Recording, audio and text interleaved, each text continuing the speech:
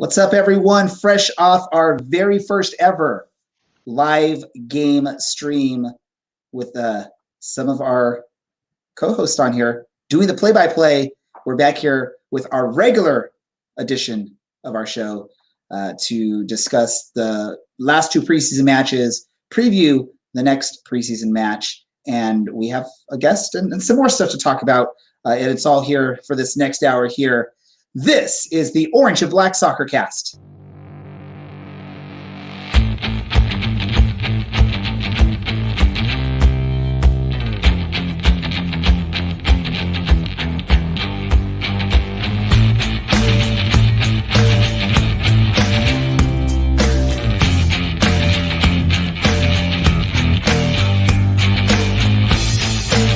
This is the Orange and Black SoccerCast, the first and only podcast dedicated to Orange County Soccer Club, its fans, and supporters. Follow us on Twitter at OCSC_SoccerCast or on Facebook at Orange and Black SoccerCast.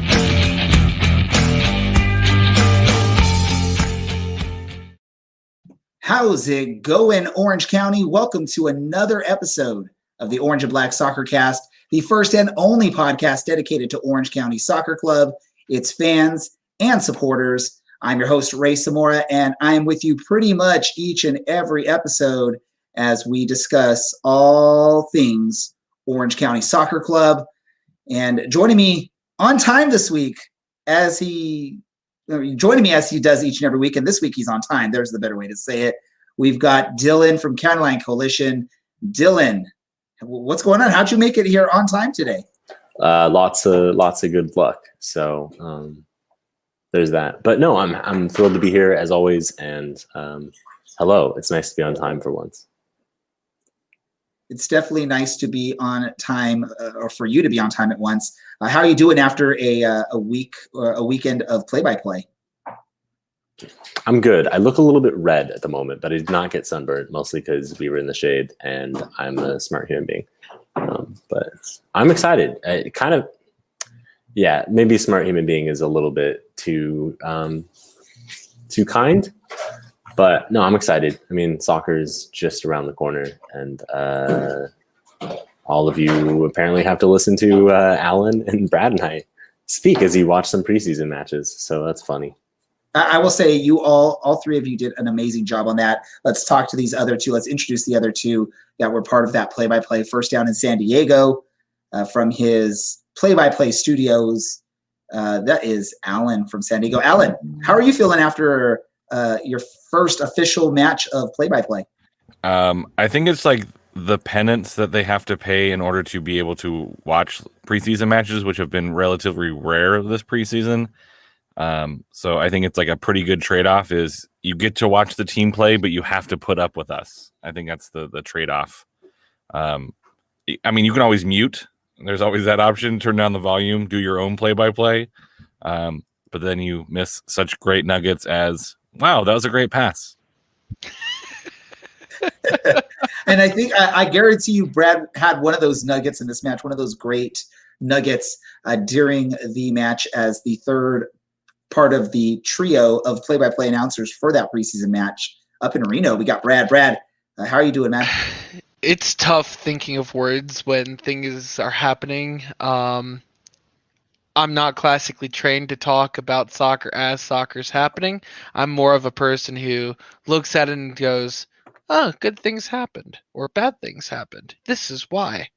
But it was interesting. It was a lot of fun, and it'll only get better over time, Hopefully we get more of those.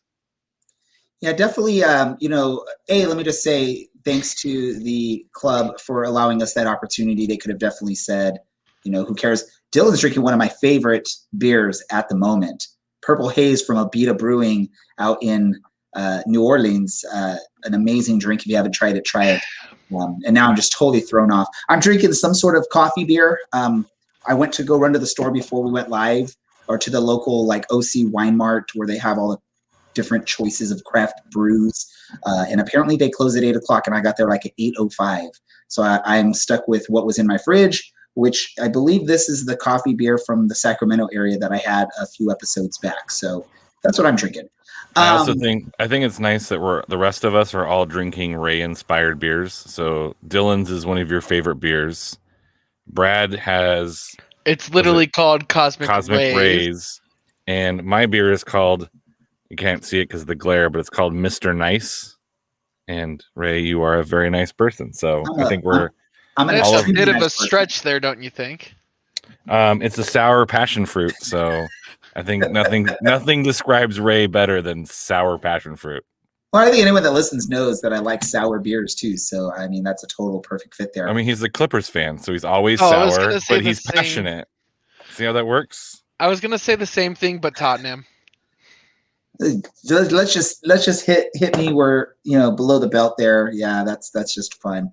After I'm giving you guys all compliments for such an amazing job of play-by-play this past weekend, I was in the middle of saying thank you to the club for allowing us the opportunity. I believe in speaking with the club, there may be another 1 or 2 matches we'll be able to do this preseason if we can make the timing work out and it doesn't interfere or conflict with my son's soccer team. And all that fun and the schedule of these 3 gentlemen. So we'll figure that out. But let's talk about the matches. Let's go back because I think Brad briefly said, hey, I know we played a preseason match against Cal State Fullerton and won 5-0, and we'll talk about that next week. So we have to stick to that commitment that Brad made last week and in our special episode of the Pacific Division preview. So I'm going to hand it off to Brad. Brad, what are your thoughts on that 5-0 victory over Cal State Fullerton?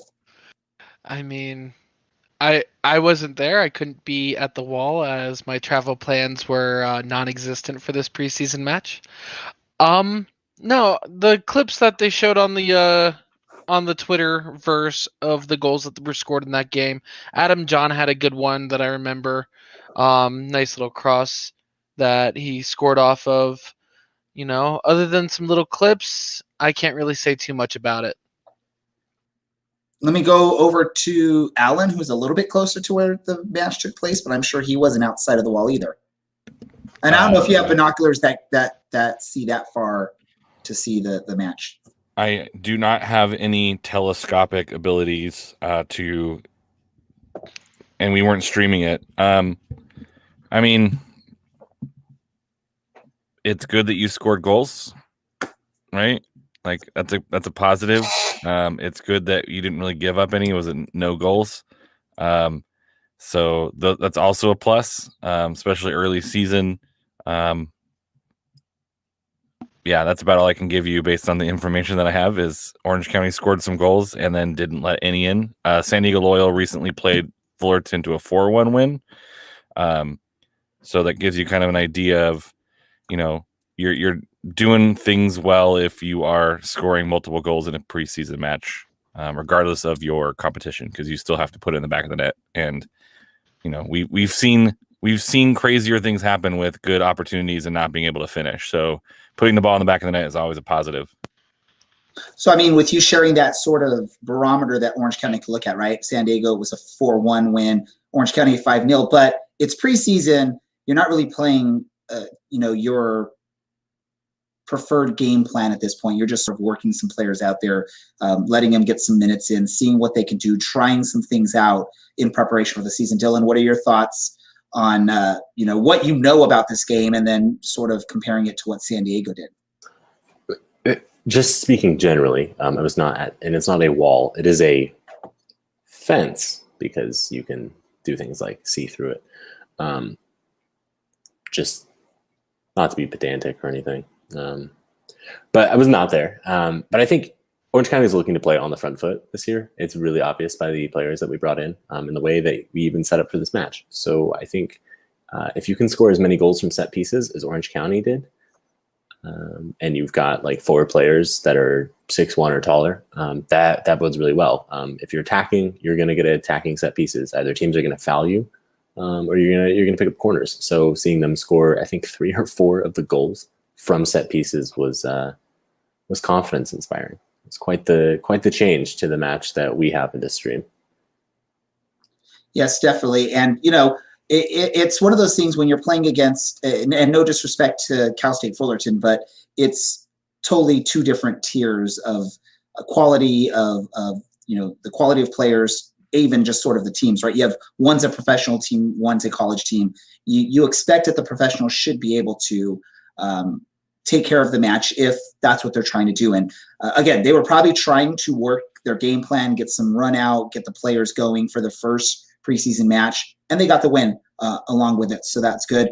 One negative out of this match we've learned as of recent, and we're hearing from Twitter machines, and I think I don't know if the club has quite confirmed anything yet, but we're hearing a lot of rumors is the loss of a key player on this team. It sounds like I'm hearing an injury that was part of this match against Cal State Fullerton to Seth Kasipli.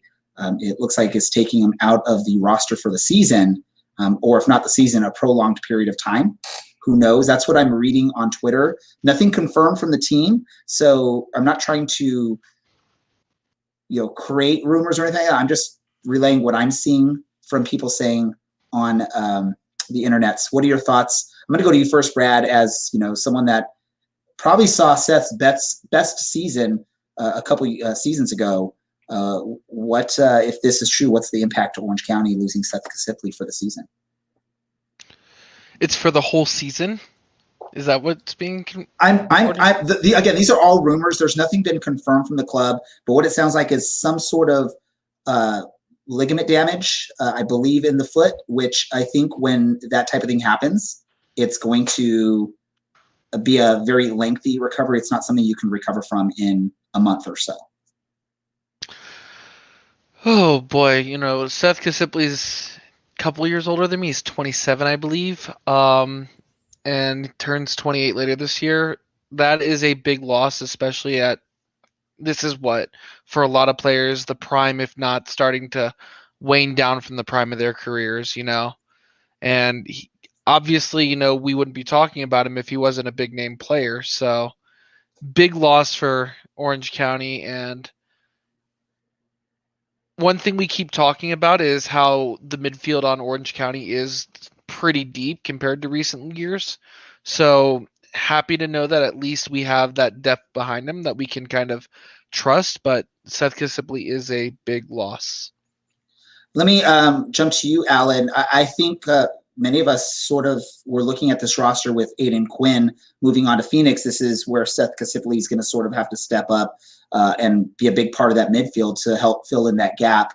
We do have other pieces. Again, if Seth is lost for the season, who do you see as that player that's stepping in and taking over what we were expecting out of Seth? They had that, Finnish Norwegian guy out there during the preseason match and that we streamed, and that might be one option.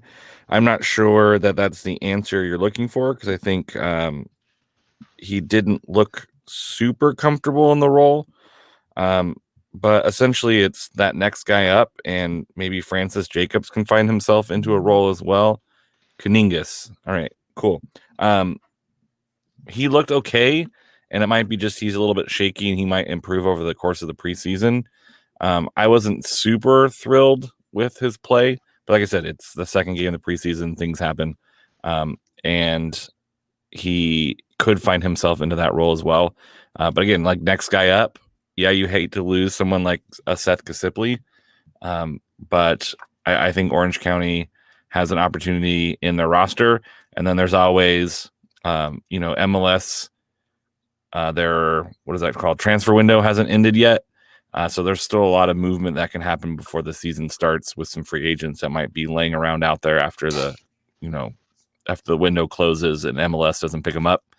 You might be able to grab somebody on a loan, or you might be able to grab someone through free agency as well. So there's some options inside, there's options outside, but you would definitely hate to lose a player in general. But a player like Seth Kasipli is going to be a huge hole to fill, and someone's going to step up. I have a feeling that I'm not sure who exactly that might be, but there's an opportunity and someone's going to take advantage of it. So let me go to you, Dylan, and Alan sort of mentioned this name, but let me just get your thoughts on it. They're not quite similar position players, but when you lose someone in the midfield, you might have to reshuffle some players around. One of those players that I think a lot of Orange County fans are hoping to see some minutes for this season is Francis Jacobs. Does the loss of Seth Kasipli on this roster help open up opportunities for Francis Jacobs, or are they two completely different players and one doesn't really impact the other? I think they're two entirely different players, at least in this venture in their two careers. I think Francis might be in a little bit more of a mold of like an Aiden Quinn in the next few years. I know they've kind of built him as a box-to-box in the past. I think Seth is one of the best box-to-box. Like, I think that's what we really saw out of him in the first match against El Paso last year. And I think when he was free to do so later on in the season, we saw a lot of that. He's very, very good. He's very, very fit. Boundless energy. When we first had him on, he said, the thing you're going to like most about me is my work rate. And like he really backed that up. So it's a big loss. I think it's really Cunningas and probably Tommy McCabe. I think it kind of forces Orange County to maybe change shape a little bit without Kassiplian for the year. It's a massive loss. I'm super bummed for him. He's a great dude and a great player. Amazing guy, amazing player. I mean, when he first joined the club, like he was willing to jump on our podcast right away, which back in those days we were getting guests every so often. So the fact that we were able to get Seth on here was pretty amazing. And yeah, it's a bummer to hear that he may be out or will more than likely be out for the season. Again, nothing official yet from the club, so we're just going off of the rumors we're hearing from people speaking on the internet, some people that tend to know a little bit from their interactions with players and whatnot in this league. We're finding out. So again, hopefully this is all wrong. Hopefully it's a little bit less serious of an injury, but prepare Orange County fans. I'm one of those people, I'd rather think of the worst and then hopefully it's not as bad and then you're surprised when something happens. So look forward now to the following match, which is the one that we covered live on our social media and the three of you did the play-by-play for. I probably want to say this was the first view of the club for a full 90 minutes for pretty much anyone other than those few people that may have been at the gate or at the fence for the Cal State Fullerton match, but it looked like it was pretty much a tale of two halves. The first half looked like it was more of what you probably would want to expect from this club come opening day. The lineup looked like pretty much what you're going to pencil in, maybe give or take a couple players here and there. And then the second half looked like a few of the promising youngsters and trial, and then some trialists and whatnot, or fringe players. Let me go to you, Brad. What were your thoughts on that match, just in general? We can split it up first half and second half because, again, it was two totally different teams pretty much. Well, the second half, it was like 10 minutes into the second half, I think, is when they made the mass changes. What were your thoughts on those the performance from Orange County? Yeah, I mean, with both individual halves, the first half, it was a slow start. Orange County kind of had a case of the giving the ball aways, the turnovers, and kind of after 10 minutes found their pace, was able to distribute the ball, and unfortunately, no real action in the box, no finishing, no setting it up, couldn't really get too many set pieces. However, with that said, Orange County's starting lineup scores a goal off a strange Brent Richards cross into the top left corner. Kind of wish that we had him on the show tonight so I could ask him if that was intentional, if that was not. I know that his answer is going to be, of course, it was intentional, even though that's probably a two-faced lie.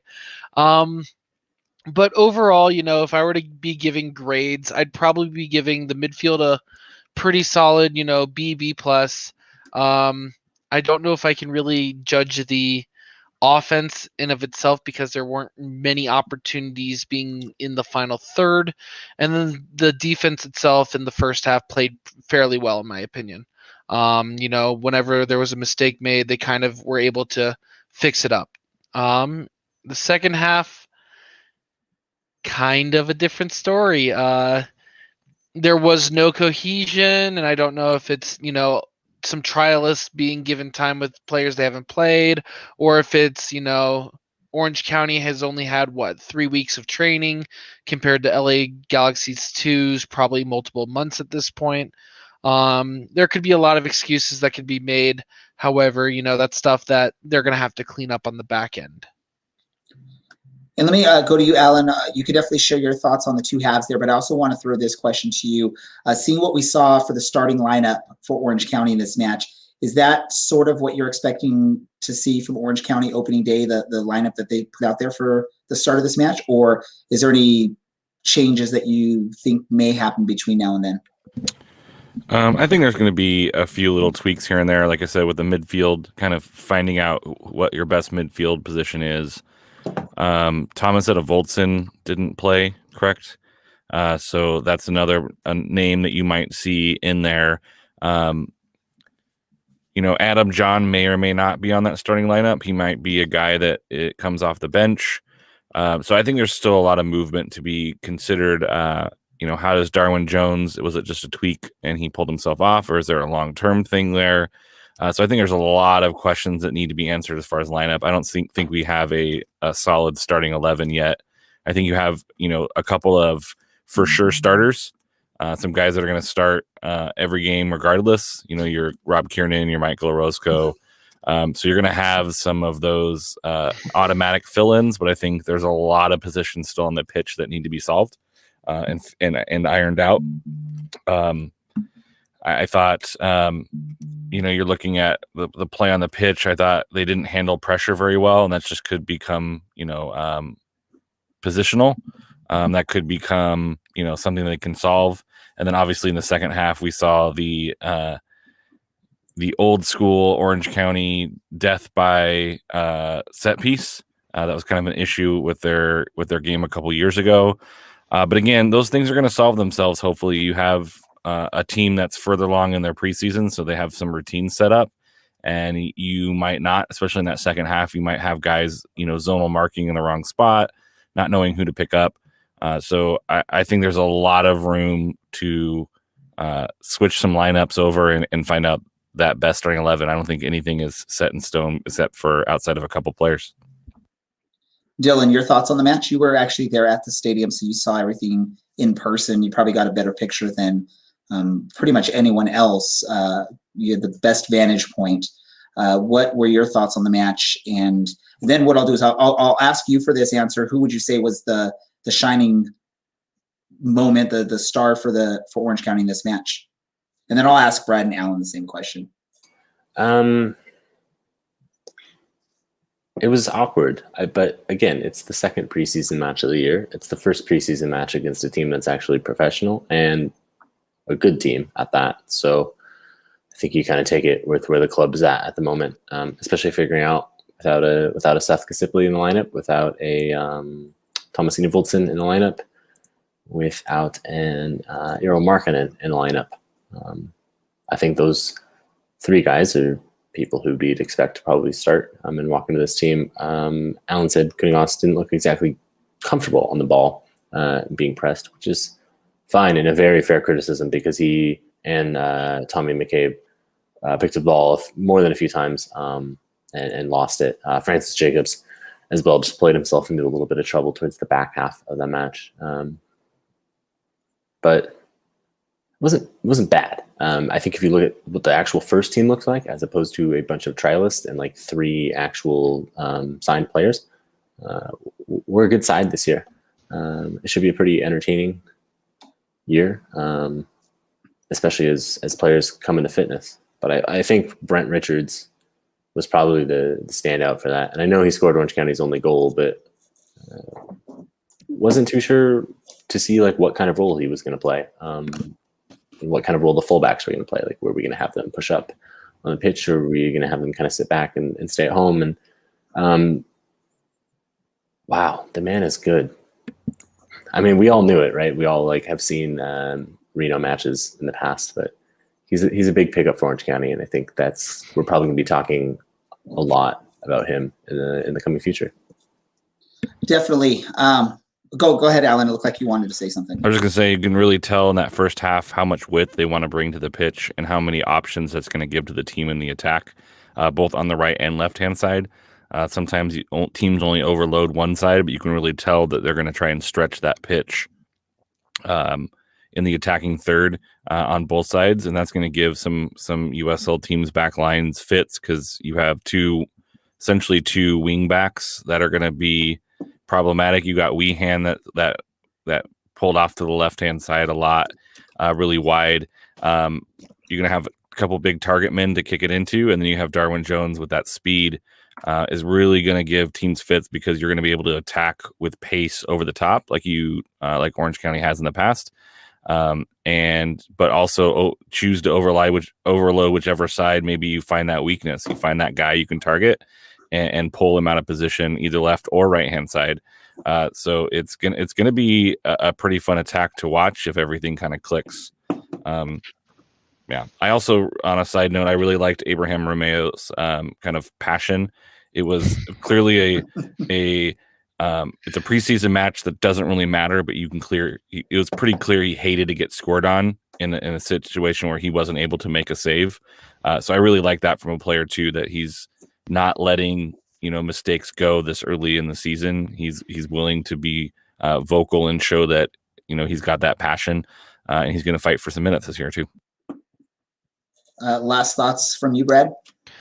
I mean, I wouldn't really call it a man of the match, but I just wanted to give a huge shout out to Jack Imperato. I hope I said his name correctly.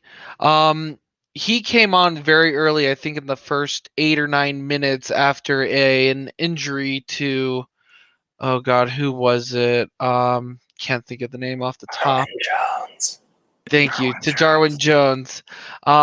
He came on very early in the game, and I think he stayed on for the rest of the game, minus the break at halftime, and definitely looked winded at the end, made a couple of mistakes at the end, but otherwise I thought he slotted in very well into the midfield, had some good distributations, and really looked like he was a good part of the first team. Yeah, I am good at you're pulling me. That's you're not a word.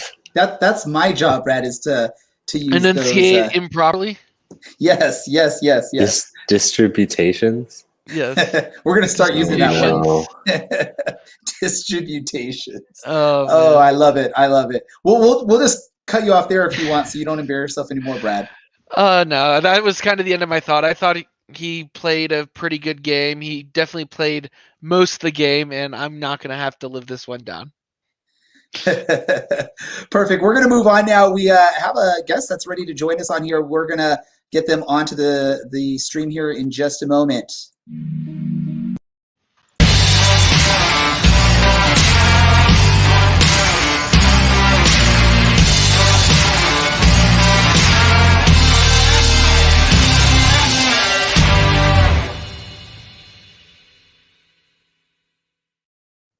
All right, everyone, let's go ahead and bring our guest on. He's a multi-time guest on our show, which is always awesome when the players aren't scared away from us, where they never want to join us. And that's who we're going to bring on here next. I'm just waiting for him to get in position. I don't want to bring his camera on at the wrong time. That is defender for your Orange County Soccer Club, Rob Kiernan. Rob, welcome back to the Orange and Black SoccerCast.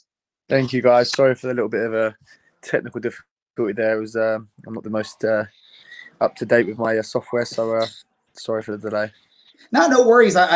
We say this time and time again. We appreciate when the players are willing to try and work the technical issues out to try and make sure this works. It definitely helps the fans because we love to hear from y'all whenever we can. I'm going to jump straight into some questions with you really quick. First of all, how, in your opinion, how are things going with this club? A few weeks into training, a couple games in to the preseason. Are you happy with where the club's at this point? And what do you think is going to happen over the next couple of weeks heading to the season? Yeah, for sure. I mean, it's been a tough few weeks already. Preseason's never easy. I'm sure you all know that. But today was definitely one of the hardest we've done. We're doing a lot of running, a lot of distance covered, doing multiple gym sessions throughout the week and just, ticking all the boxes, I suppose. In terms of where we're at in comparison to last season already, some real big improvement areas being made, especially behind the scenes. I think that we had a little meeting yesterday with regards to sort of just the social media side of stuff and what the club are trying to do in the community and build and trying to really involve everyone to be a part of that and really just raise the profile of the club. Obviously, our job is to perform on the pitch and win a championship. We're very aware of that. But I think behind the scenes, we're seeing a real big effort and a real big improvement, I'd say.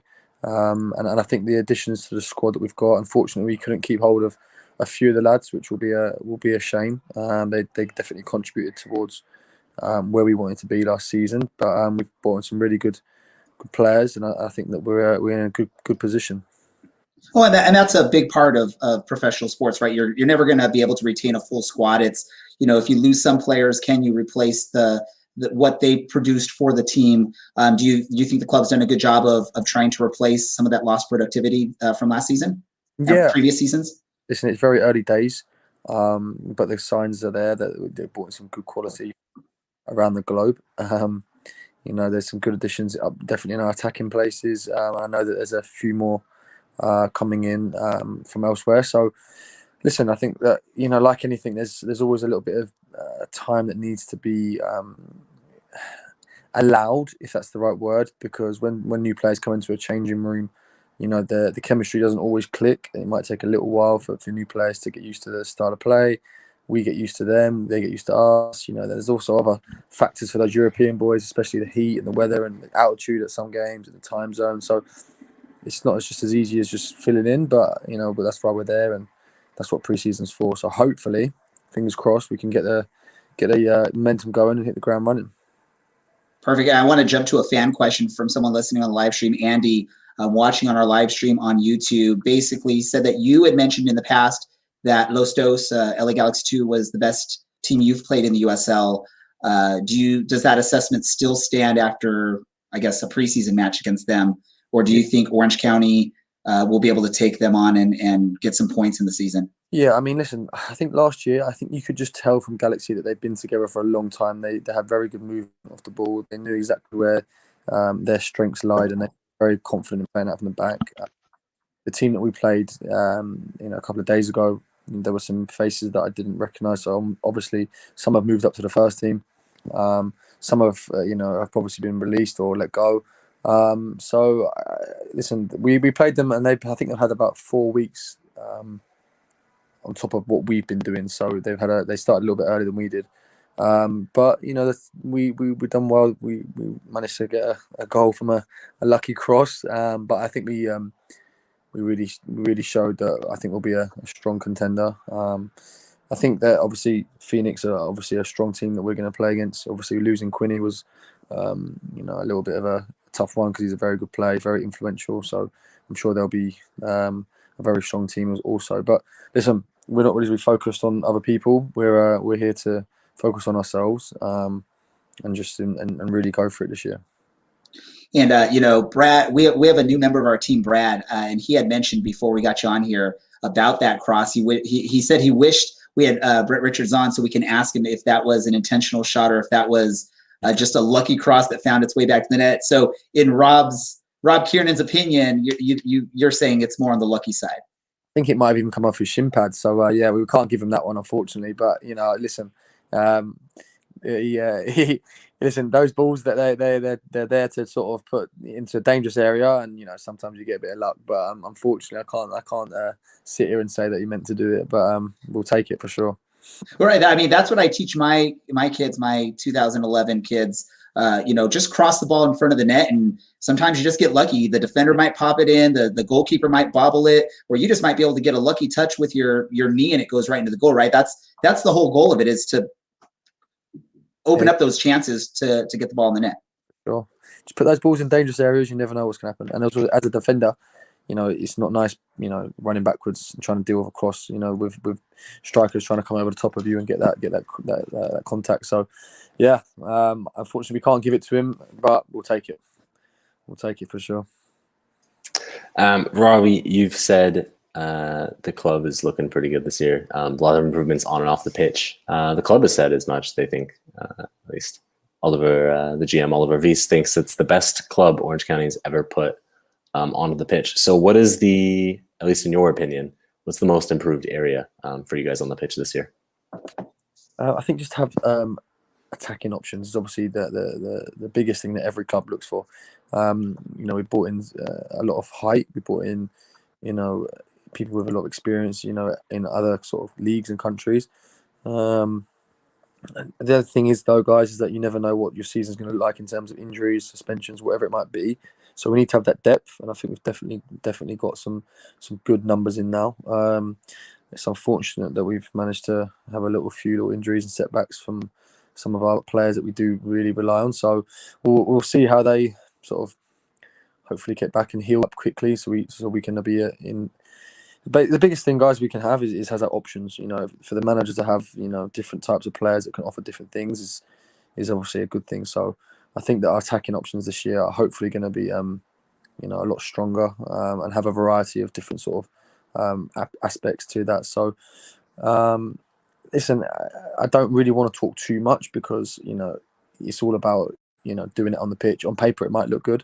But unfortunately, the paper is just a piece of paper. We need to go out there, actually perform, and go and get goals, and go and be hungry to go and beat teams, week in, week out.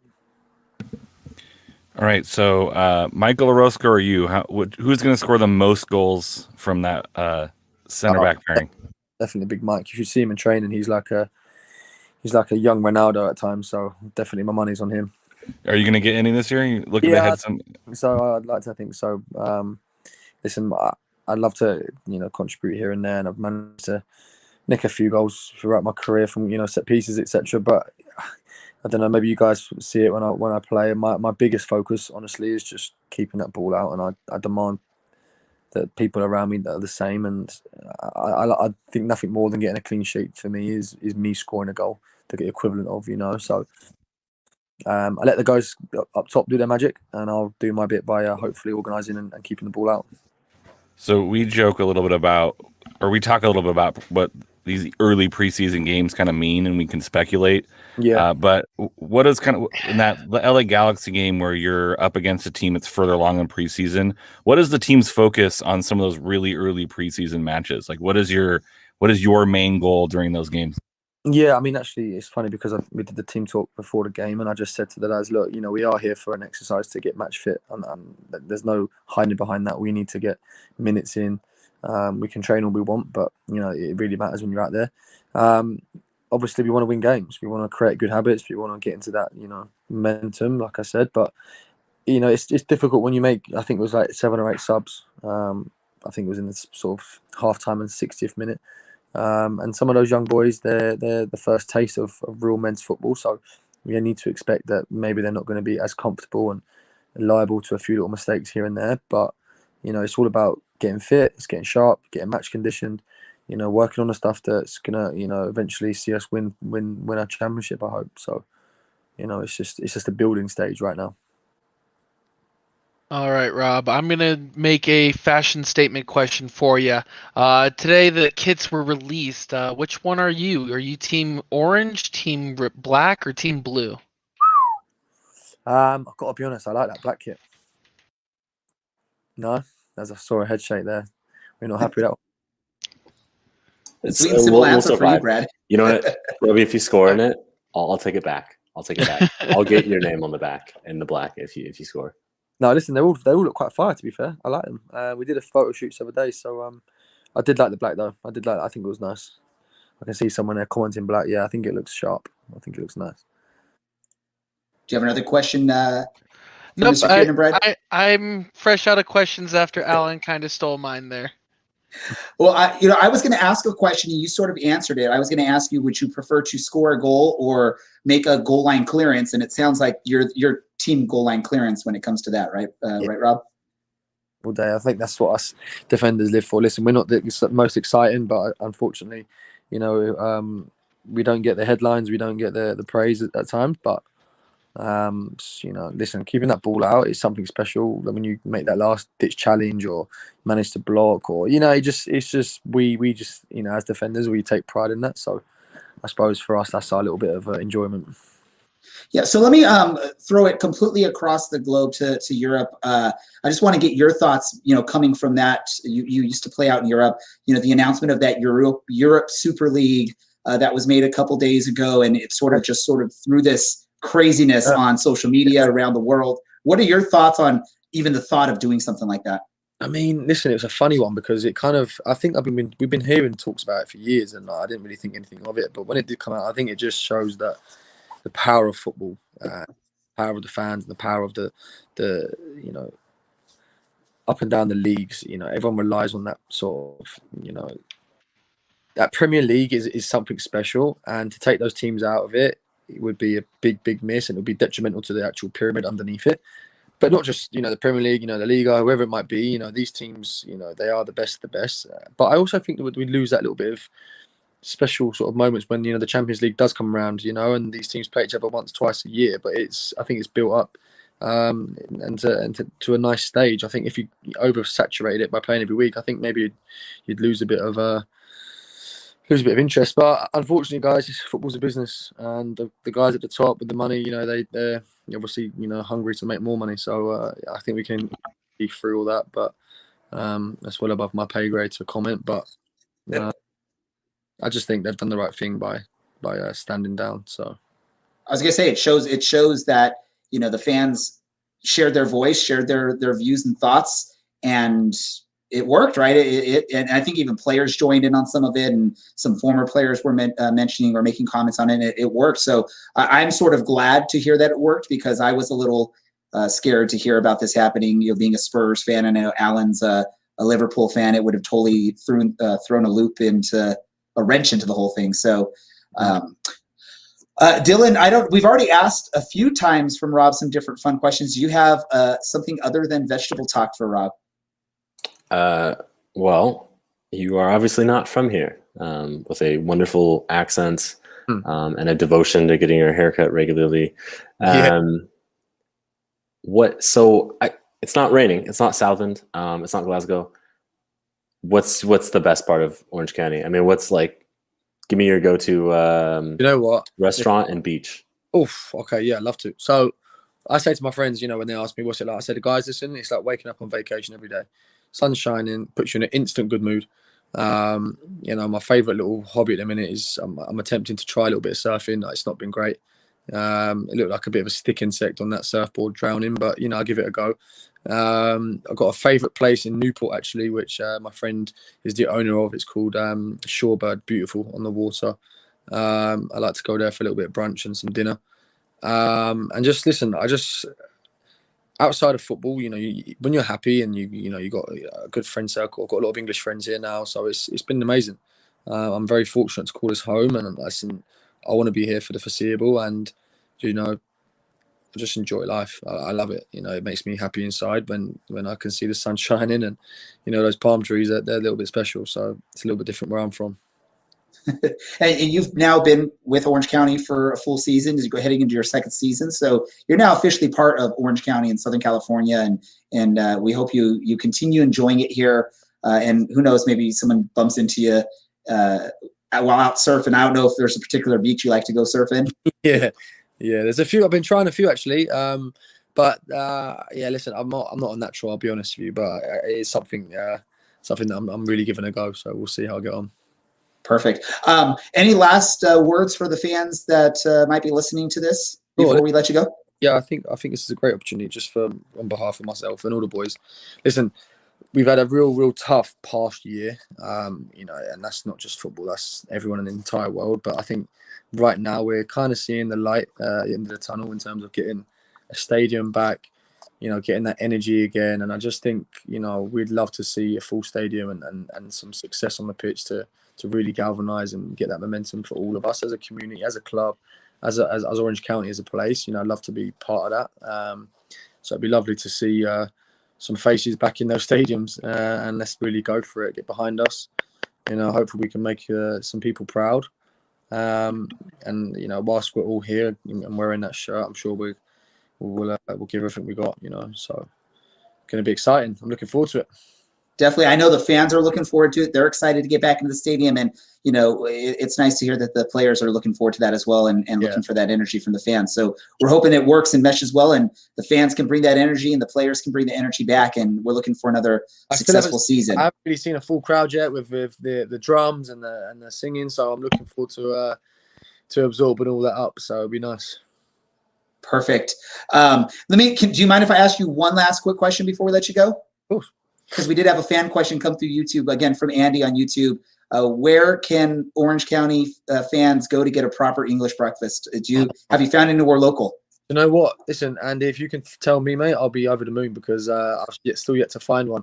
Do you know what? There's a company I think they're called British. I think it might be British Bakery, whatever it is. And my friend actually orders like the sausages, baked beans, and I actually get my mum to send me care packages now and again. So, Andy, if you fancy it, mate, I'll see what I can get for you, mate, and we'll have a little fry out one day. See what I can produce. I'll give a couple of thoughts. I'm no expert, of course, but I know there is like an English market in, I want to say Lake Forest, a little English market. They do English and Indian food and groceries and stuff. Yeah, I've been there. And then there was a pub, a bar, a restaurant in Long Beach that I used to go to that some of the Orange County Spurs supporters would go to. It was an Irish pub restaurant, but they did have on their menu what was called a proper English breakfast, where you can get all, the beans, the tomatoes, all that goodie on there. So if I can remember the name, I'll let you know, Robin. If they're still around, you can maybe try that out. Love the work. Perfect. Thank you for having me on. Thank you for all your efforts and your support. It's amazing. So see you guys soon, and we'll get this going again. Awesome. Thank you so much once again, ladies and gentlemen. Defender for your Orange County Soccer Club, Robbie Kiernan. Thank you, Robbie, for joining us on the podcast. And look at that, we got a big old picture of Brad as we let Rob Kiernan head out. As always, the cool thing is Rob's a great interview. He's just, any question we throw at him, it seems like he's willing to answer and give his thoughts on, which we love. You can tell he's done this for a while now, and he's had conversations with media. And I'm not putting us in the same category as media, but it's nice to get some honest answers out of people when you have them on here. So that was awesome. I think I can't remember who brought it up. I think it was you, Alan, was asking which color Rob was team of, or was that Brad or Dylan? Who did that? Who asked about the kits? Now I'm forgetful. Brad. Okay, Brad. Brad asked about the kits. I should have known that. I should have remembered. Yes, the team announced their new kits today. They threw out a little video to help announce those kits. I'm going to play that video for you right now.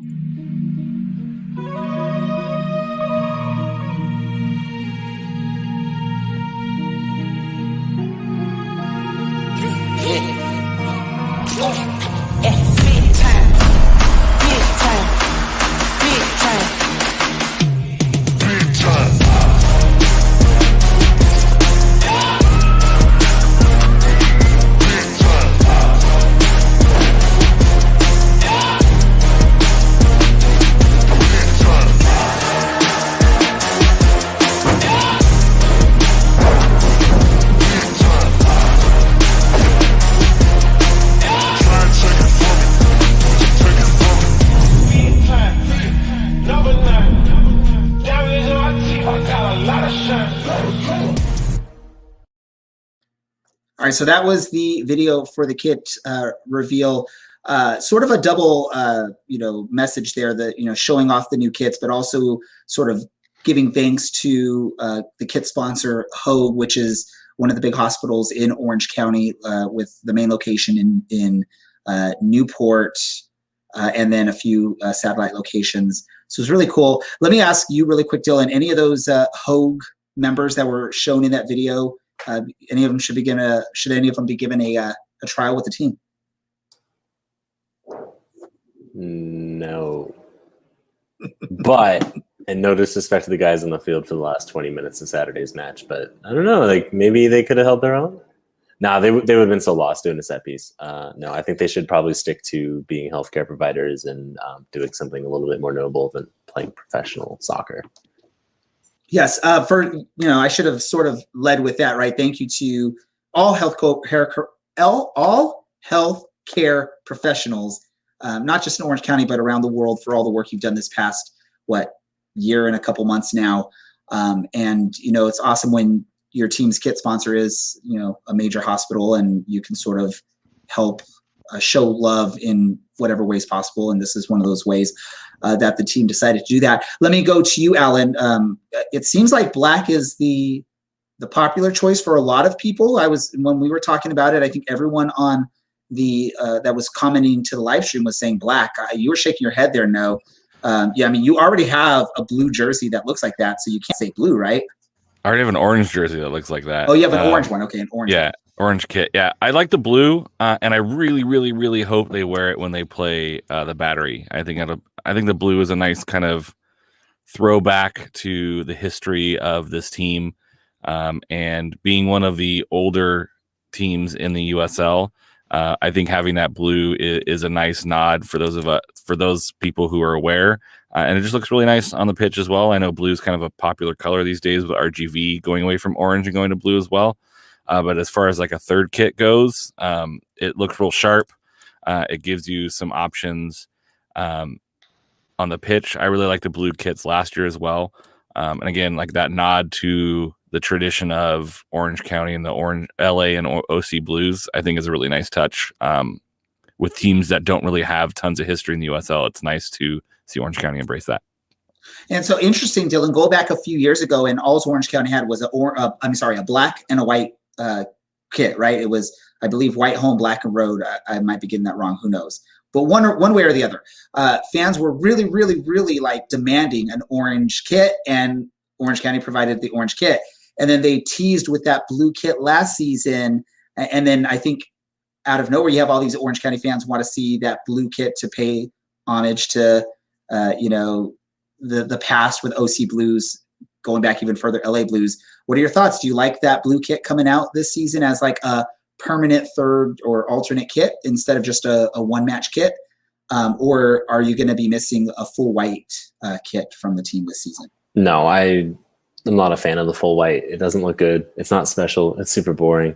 The blue is amazing. I mean, really, your home kit should be your main color. Your away kit should probably be your secondary color. And your third kit should always be something fun, something a little bit crazy. Oklahoma City went with a little bit fun, a little bit crazy. And theirs looks awesome. Ours is very different from our colors, but it is a little bit of a throwback to the olden days. So I'm all for it. I think this is our strongest kit lineup ever by far. I really like if I'm being honest, the orange, that little texture is just enough to keep it from being boring, but otherwise it's simple and it's super clean. And I don't really care if San Diego wore it last year. They can wear their Tory green this year because I think Adidas might finally pull through for them. Let me jump to you, Brad. What are your thoughts on the kit reveal, and which one's your favorite? I mean, I'm with Dylan on this one here. In my opinion, it goes black is the worst, but not bad. Like, I can understand why people like it. I like the textures on the shoulders, but it's plain in the middle. Orange is good, but nothing will ever beat blue, in my opinion. I mean, if you look at my wall, it's Everton blue. I got Copenhagen behind me. There's a bunch of Reno 1868 scarves that are blue and orange. You know, it just fits in perfectly in my repertoire of colors, you know. So I'm blue, double D, double die. Shut up. Yeah, I love the colors. I love all three of those kits. The one thing that maybe I'm just not loving off the first impressions of it is the white and orange shorts with the blue tops. To me, it just looks a little weird because the orange shorts have the stripes down the side and the blue shirts don't have anything going down the side. So to me, that just throws me off a little bit. Being that they're different colors and there's no stripes to sort of tie them together. But that's just me personally. I like the shirt. Like, I will sport that shirt by itself all day long. It just looked weird to me at first, but I'm sure it'll grow on me. It's nothing that I'm saying you don't do that ever. It looked weird to me at first. Maybe I'm just a weird person and I'm the only one that's looking at that and seeing that. But that was the one thing that I was just looking at, like just trying to sort of figure out how do I feel about that? And I'm still there. I'm still at that point. But other than that, all the shirts look awesome. And I'm excited that there's a way to get those shirts right away. You can go down to Soccer Garage and get those shirts right now. In the past, Orange County fans can share the thoughts on this. I mean, it took sometimes, I think those orange kits 2 seasons ago, it took like the whole season to get the orange kits and have them available or something like that. And they did it right this year. They have the kit release and they have those available for purchase. through the Soccer Garage. So if you haven't bought yours yet, I know some people had already mentioned that they had bought theirs, but if you haven't bought yours yet, you have an option to do so. And cool thing for anyone that listens to us from across the pond is you can get those shirts shipped internationally, which is pretty cool as well. We're getting to that hour mark right here. I want to give any last opportunity for anyone to mention anything about anything soccer related that they want to share before we wrap things up. Let me go to you first, Alan. Any soccer news that you want to share? Nisa is into their playoffs for the Legends Cup. Cal Strikers didn't quite make it, but they looked pretty decent out there, so they're probably going to have a good regular season. So check that out. And NWSL, their cup is going on right now, and there was a crazy game today. And I believe you can watch replays if you have Paramount Plus. So go check that out. Support those two groups of soccer divisions that are not super established or need some love as well. So NISA and NWSL are doing some things right now. Perfect. I'm going to go to you, Brad, next because I don't know where Dylan. Oh, there's Dylan. But I'll go to Brad next. There's a question from you that came up on the Twitter chat. So if you want to answer that, and then also just share any other soccer stuff you want to share. So that is Blaine on Twitter is asking, or Periscope, whatever it is now. If Reno does get a club in the future and blue is not in the colors, what colors would you like? Yeah, actually that one's pretty quick and easy for me. And it's kind of a boring color, but an interesting reason why. The color that I would like to see as the primary is silver. First of all, Nevada is the silver state, but it would also play really well into kind of the local economy and what built, northern Nevada. The Comstock load is known as Virginia City, but it's just up the hill from us, maybe a 20-minute drive from my house. It's where most of the silver from the West Coast was found and mined out of. And I think it would be a nice little play on the history. However, with the Nevada state flag being blue, I think it's going to be blue anyways, regardless of what colors they do choose. As for soccer news, I totally agreed earlier with Rob's kind of definition of what happened in the lovely 48-hour period that was the Super Pooper League. It was interesting seeing kind of the rise and fall of this idea.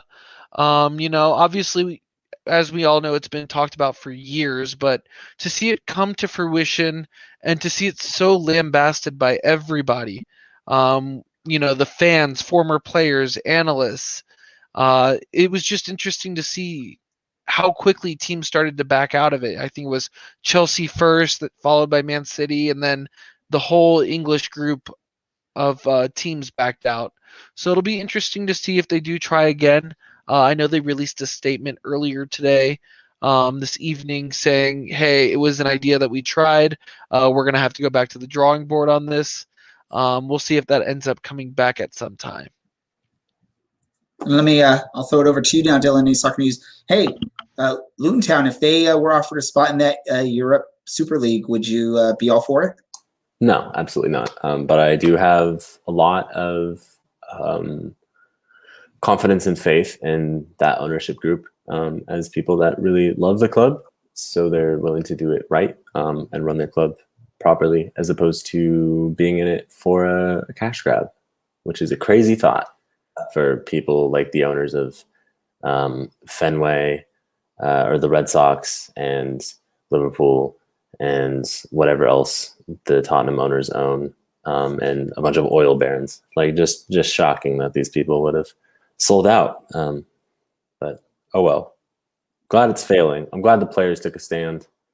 And I think the next logical step is probably getting those owners out of the clubs. All right.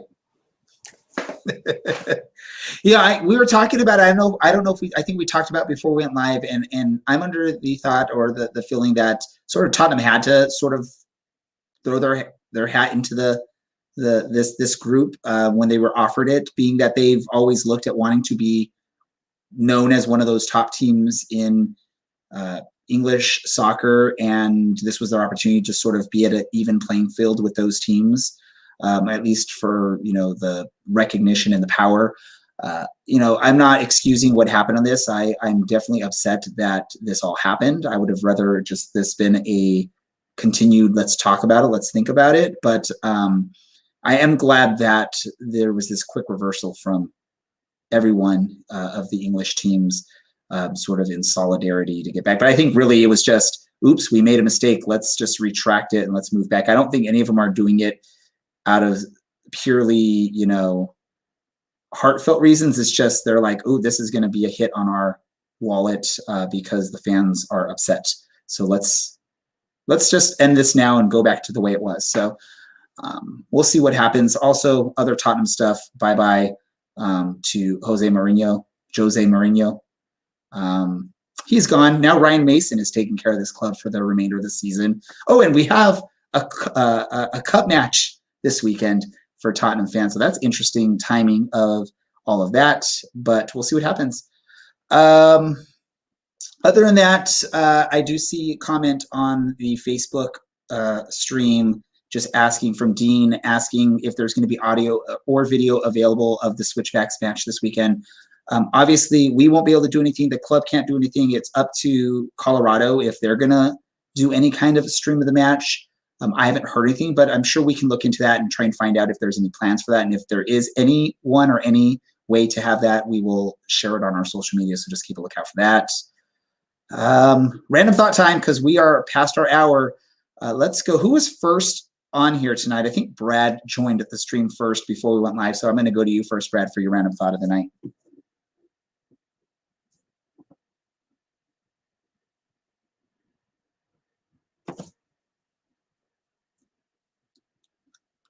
Someone doesn't know he's muted. I'm muted. I'm drinking Cosmic Rays. We let him talk for like a minute before we told him he's muted too. Not quite, but drinking Cosmic Rays out of Lead Dog here in Reno. And my random thought is I'm going to respond to Laura's, who had a question saying, has LeBron made a statement? I doubt he ever will, just because he's a basketball player and he's looked at as a community leader, and this would not be something for him to comment on and end it well for him. So the best comment sometimes is no comment, and I don't think he'll make one. Alan, you're up next. As a minority owner of Liverpool, I doubt he's making a statement on behalf of Liverpool. He's probably going to wait for the big dogs to not make a statement and just go quietly and forget that this ever happened. My random thought is the Soccers won their 15th championship this past weekend. Indoor soccer is absolutely bat poop crazy. It went to overtime in the first match and then went to a 15-minute mini game is what they call it. It's like a tiebreaker, 15-minute, and they scored toward the end of the second mini game to win 2-1 to win their 15th title, the most successful franchise in indoor soccer history, as well as the most successful franchise in San Diego sports history. But that one is a very low bar. So congratulations to the San Diego Soccers on their 15th championship and bringing the Ron Newman Cup back home where it belongs.